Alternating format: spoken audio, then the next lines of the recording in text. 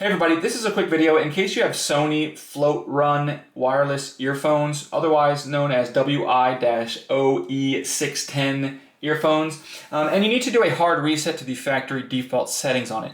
Now you're going to want to do this for one of two reasons. The first one is troubleshooting. If you're having any issues with these earphones not connecting to Bluetooth or not syncing or pairing with your device, or if they keep disconnecting, all kinds of issues like this can be fixed with a hard reset to the factory default settings if they're not working or not responding.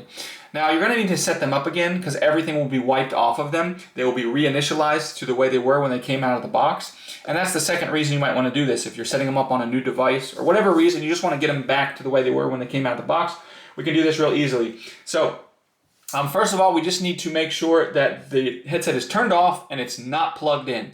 Turned off, not plugged in. Once we get it like that, then we're just going to come in and press the power and the volume down buttons and hold them simultaneously for 7 seconds or more. And you'll know that you've done it properly when you see the blue indicator light flash 4 times.